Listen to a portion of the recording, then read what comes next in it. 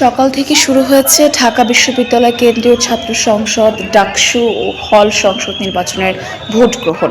নির্বাচন ঘিরে বিশ্ববিদ্যালয়ের প্রবেশপথে তৈরি করা হয়েছে কঠোর নিরাপত্তা বলয়।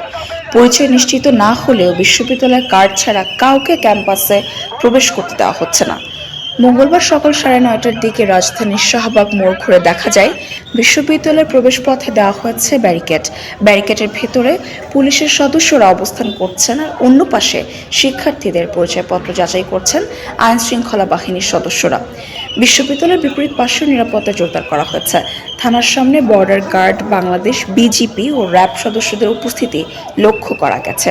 এর আগে সোমবার সন্ধ্যায় টিএসসিতে এক সংবাদ সম্মেলনে ডিএমপি কমিশনার সাজ্জাদ আলী জানান, ডাকসু ও হল সংসদ নির্বাচনী নিরাপত্তায় 2096 জন পুলিশ সদস্য দায়িত্ব পালন করবেন। তাদের সঙ্গে থাকছে ডগ স্কোয়াড, সোয়াট টিম, বিশেষায়িত টিম ও সাদা পোশাকের গোয়েন্দা পুলিশ।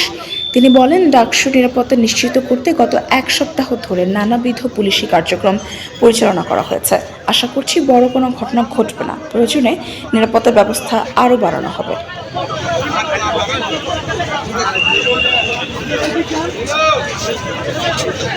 আমাদের